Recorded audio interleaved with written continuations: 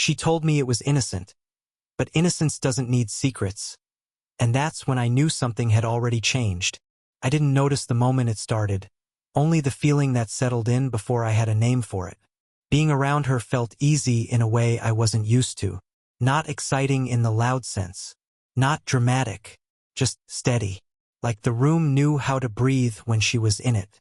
She carried herself with calm confidence, the kind that doesn't demand attention but naturally draws it.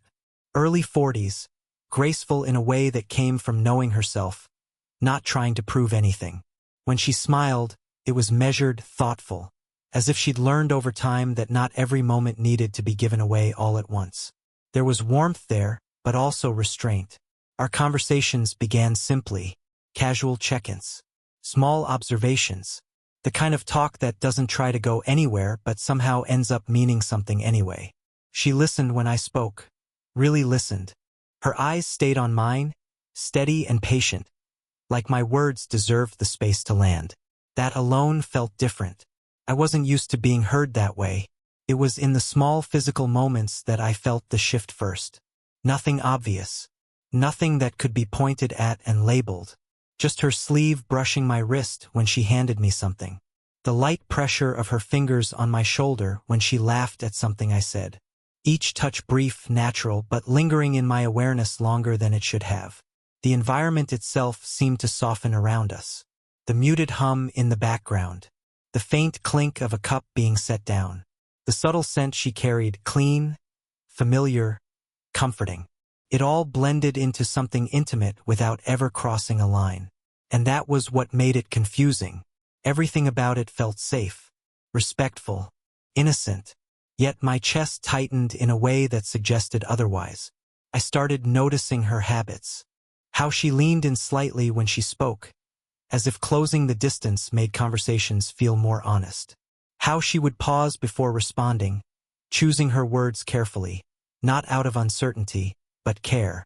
There was a lifetime in that pause, a sense that she understood consequences in ways I was still learning. Sometimes our silences felt louder than our conversations. We'd sit near each other, not touching, yet aware of the space between us as if it were something fragile. I caught her glancing at me when she thought I wasn't looking, and when our eyes met, neither of us rushed to look away. Just a brief acknowledgement, a shared moment, nothing more. I told myself it was comfort, that I was reading too much into it. But comfort doesn't stay with you after the moment passes. Comfort doesn't replay itself in your mind late at night, re-examining the way someone smiled or the way their hand rested for half a second longer than necessary. By the end of that first stretch of time, nothing had happened, at least not in any way that could be explained. But something had shifted quietly beneath the surface.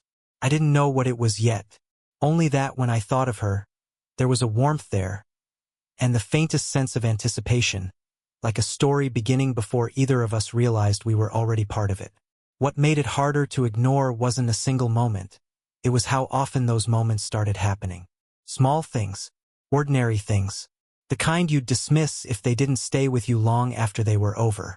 Our interactions slipped into a quiet rhythm. We'd find ourselves talking without planning to, conversations stretching longer than necessary. She'd ask about my day and actually wait for the answer, her head tilted slightly, eyes focused like she was taking mental notes. When I spoke, she didn't interrupt. She didn't rush me. She let the silence do its work, and somehow that made me want to say more. Her touch remained subtle, always appropriate, but meaningful. Sometimes she'd straighten my collar or brush a bit of dust from my sleeve, her fingers light and careful. Other times, it was a gentle hand on my back as she passed behind me, just enough pressure to be noticed. Each time, I felt it linger, like warmth left behind after she'd already moved away. I became aware of how my body responded before my mind did. A quiet tension in my chest when she stood close. A heightened alertness when I sensed her presence nearby. It wasn't desire in the way I'd known it before, quick, obvious, impatient. This was slower, deeper. It felt like something forming rather than arriving all at once. She carried herself with ease, but there were moments when I caught glimpses of something softer beneath it. A hesitation before she laughed too freely. A breath held before she shared something personal. When she did open up, it was in small fragments. Stories about past choices, lessons learned, things she'd had to let go of. I listened, aware that she wasn't just talking. She was trusting me. The atmosphere around us seemed to adjust when we were alone together. Sounds faded. Time stretched. Even the distance between our chairs felt charged. Our knees would be close but never touch, the space between them strangely noticeable. Sometimes I wondered if she felt it too, or if I was the only one aware of how careful we both were being. I told myself it was innocent. That's what made it confusing. Nothing crossed a line. No words were said that couldn't be explained away. Yet I found myself replaying moments in my head. The way she smiled when I surprised her with honesty. The way her eyes softened when she thought I wasn't paying attention. She began remembering small things about me. Details I'd mentioned once, casually. She'd bring them up later, woven naturally into conversation. It made me feel seen in a way I hadn't realized I was missing. And I noticed myself doing the same. Tracking her moods, sensing when she needed quiet instead of conversation. The longer it went on, the more the word innocent started to feel fragile. Innocent things don't make you more aware of your own heartbeat. They don't make you question whether a moment meant something more to the other person too. By the end of it, I wasn't looking for signs anymore. I was already feeling the weight of them.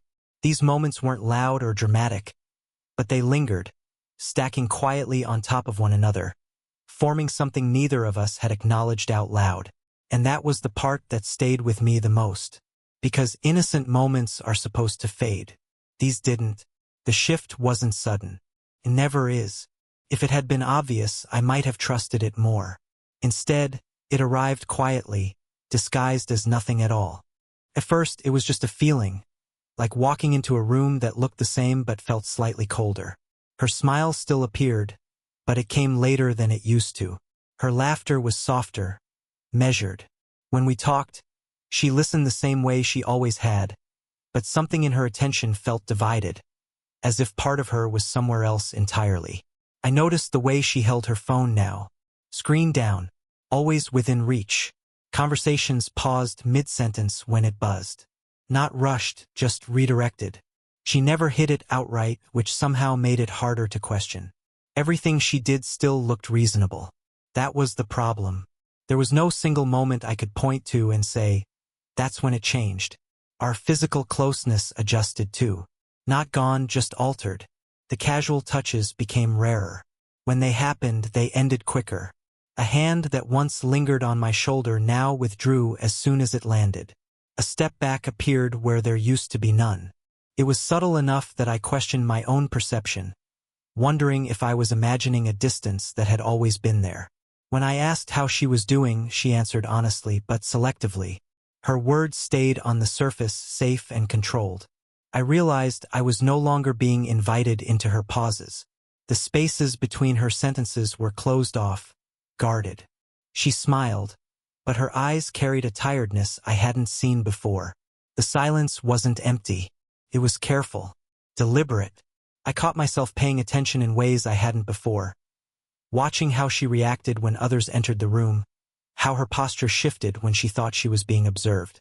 She seemed more aware of boundaries now, more conscious of how things might appear. That awareness created a distance that hadn't existed before, and it stung more than I expected. There were moments I wanted to ask her outright, to say, did I do something wrong? But the fear of sounding entitled stopped me. We had never named what this was, so how could I question its change? That uncertainty settled deep in my chest, heavy and unresolved. The hardest part wasn't the absence of touch or warmth. It was the lack of clarity. When something fades without explanation, it leaves behind too much room for doubt. I replayed our recent conversations, searching for a misstep. A moment I'd said too much, or not enough. She still looked at me sometimes, her gaze holding longer than necessary before she caught herself and looked away. Those moments were the most confusing. They told me the connection hadn't disappeared, it had been hidden. And that's when it hit me. This wasn't distance. It was protection. She wasn't pulling away because she didn't feel anything. She was pulling back because she did, and wasn't sure what to do with it. That realization didn't bring comfort. It brought weight. Because once something becomes a secret, it's no longer just shared. It's managed. I didn't plan to ask her. The moment chose me, not the other way around. It arrived in the space between us. One of those silences that had started to feel heavier than words. We were alone, but the air didn't feel relaxed the way it used to. There was a careful distance in how she sat, hands folded neatly in her lap, posture composed. She looked calm, but I could see the effort behind it. The way her shoulders lifted slightly when she inhaled. The way she exhaled through her nose, slow and controlled. I kept my voice steady when I spoke. Not accusing, not demanding, just honest. I asked her if everything was okay between us. She didn't answer right away. Her eyes dropped for a brief second, then returned to mine. When she spoke, her voice was gentle, almost reassuring. It was innocent. She said it like a conclusion, not an explanation. Like something she'd already gone over in her own head more than once. The words landed softly, but they didn't settle. I watched her hands as she spoke. Fingers interlaced, then tightening slightly, as if holding on to something fragile. That small movement told me more than her tone did. Innocence doesn't usually come with tension. I nodded because part of me wanted to accept it. To believe that I was overthinking things. That nothing had changed, at least not in the way I feared. But as she continued talking, explaining in general terms without details, I realized she wasn't lying. She believed what she was saying. That's what made it complicated. Her eyes stayed on mine, searching for understanding. I gave it to her outwardly at least. I told her I understood. And I meant it, just not in the way she thought. I understood that she needed the word innocent. That it made things simpler, safer. But words have weight, and once spoken, they echo. The phrase stayed with me long after the conversation ended. It followed me in the quiet moments, repeating itself like a question that hadn't been fully asked. If it was innocent, why did it feel like something was being carefully framed? Why did it require reassurance? I started replaying earlier moments through a different lens. The touches that lingered, the glances that lasted, the way she'd pulled back not out of indifference, but awareness. Innocent things don't need to be explained, they simply are. And yet, I could see the vulnerability behind her certainty. The way she held herself together with practiced calm. The way her smile wavered just slightly before she turned away. There was fear there, not of me, but of what acknowledging more might mean. I realized then that her words weren't meant to shut me out. They were meant to protect a balance she wasn't ready to disturb. As she stood to leave, her hand brushed against mine. It was accidental, at least that's how it appeared.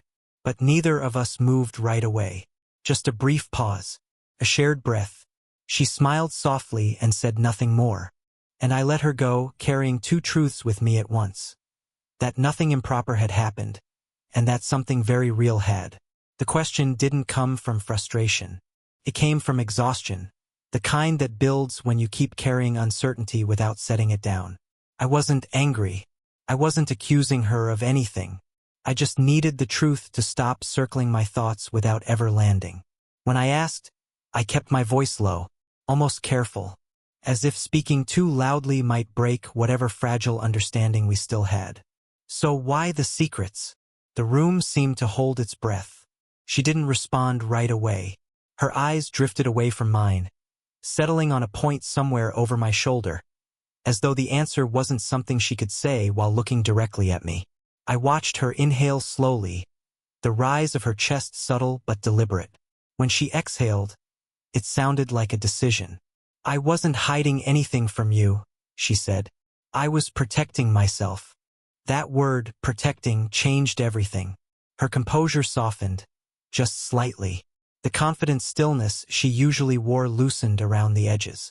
She shifted closer without realizing it, our knees nearly touching now. I felt the warmth of her presence again, familiar and grounding, and it made the moment feel more intimate than any physical touch. She explained carefully, choosing her words the way someone does when they're afraid of saying too much. It wasn't about doing something wrong.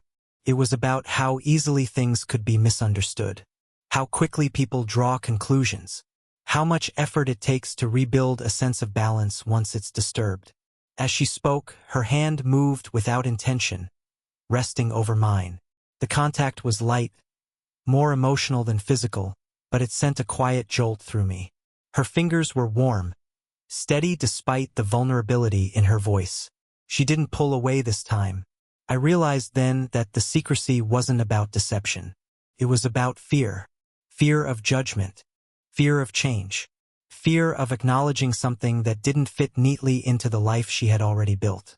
I didn't want to make it something it couldn't be, she admitted, her thumb brushing slowly against my knuckle before she caught herself. The movement stopped, but her hand stayed. I listened without interrupting. Not because I didn't have more questions, but because this wasn't about getting answers quickly. It was about letting her feel safe enough to finish the thought she'd been holding back. The honesty in her voice made my chest tighten. I told her I hadn't needed explanations. I'd only needed to know where I stood, whether the distance had been intentional or personal. She finally looked at me then. Really looked. Her eyes held a quiet apology, not for what she'd done, but for what she'd left unsaid. I didn't mean to shut you out, she said softly. I just didn't know how to let you in without risking too much. The silence that followed wasn't heavy. It was honest. Her hand squeezed mine once, a simple gesture filled with meaning. In that moment, I understood something clearly for the first time. The tension between us had never been about crossing a line. It was about standing right at the edge of one and deciding whether truth mattered more than fear.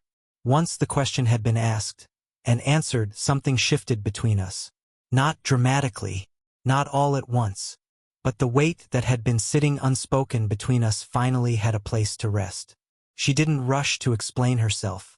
That was the first thing I noticed.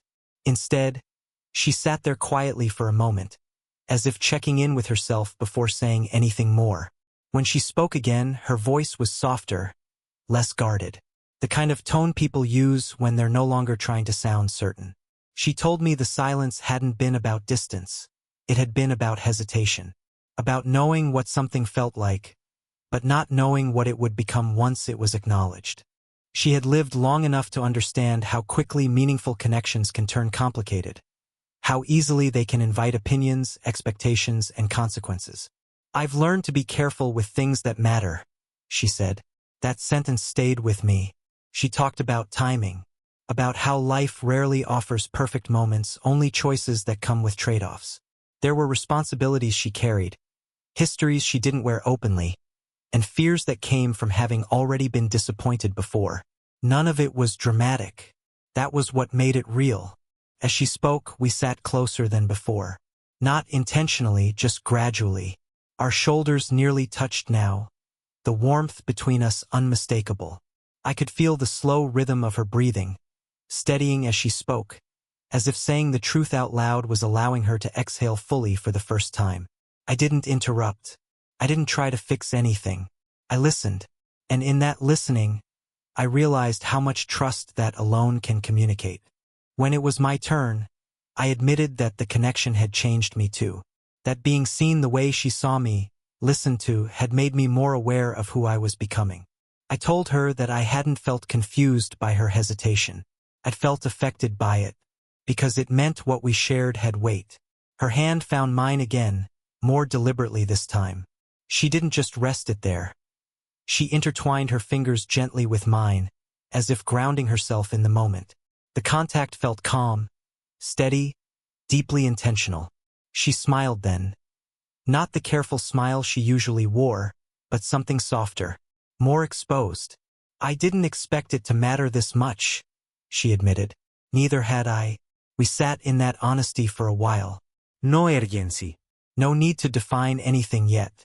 Just two people acknowledging the same truth from different sides of experience. I realized then that what had drawn us together wasn't attraction alone. It was recognition, the feeling of being understood without being rushed, of being allowed to arrive at clarity in your own time. The silence between us returned, but this time, it wasn't protective or heavy.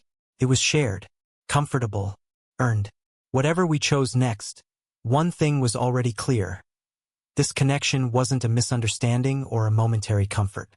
It was real, and it had already left its mark on both of us. By the time we stood up, nothing felt unresolved anymore. Not because every question had been answered, but because the important ones had finally been acknowledged. The uncertainty that once hovered between us had softened into something quieter, something honest. We didn't rush toward a conclusion. There was no sudden promise, no dramatic declaration. Instead, there was a shared understanding that whatever this was deserved care, time, respect. She straightened her jacket slowly, then paused, as if reconsidering something. I waited, giving her the space she seemed to need. When she turned back to me, her expression was calm but open.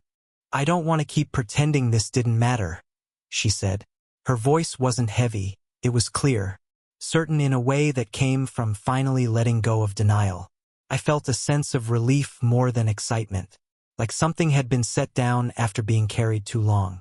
I told her I wasn't looking for guarantees, just honesty, just the chance to move forward without hiding what we both already knew. She nodded, stepping a little closer. The distance between us disappeared naturally, without intention. Her hand found mine again, and this time there was no hesitation. Her thumb brushed slowly across my knuckles. A grounding, reassuring touch that carried more meaning than words. "We take it one step at a time," she said. "No secrets." I agreed, and in that agreement there was a quiet commitment not to outcomes but to truth. We sat back down, closer than before, our shoulders touching. The contact felt familiar now, no longer charged with uncertainty. I could feel the warmth of her through the fabric of our clothes, steady and calming. She rested her head lightly against my shoulder, just for a moment. Not claiming, not leaning too hard, just present. That small gesture said everything. She pulled back and smiled, brushing a strand of hair behind her ear. "I don't know where this leads," she admitted, "but I know I don't want to keep walking away from it." Neither did I. As we talked about what came next, the conversation stayed grounded, practical, thoughtful. We acknowledged the challenges without letting them overshadow the connection itself. There was no illusion that it would be easy, but there was mutual respect in how we approached it. When it was time to part, she hugged me, slowly, fully. Her arms wrapped around me with intention, her cheek resting briefly against mine. The embrace wasn't rushed, and when she pulled away, her hands lingered at my sides for a second longer than necessary. As I watched her walk away, I didn't feel anxious or uncertain. I felt changed, grounded, aware that some connections don't need immediate definition to be real. We hadn't promised forever. We hadn't erased the unknown. But we had chosen honesty over fear, and that choice alone made whatever came next feel possible.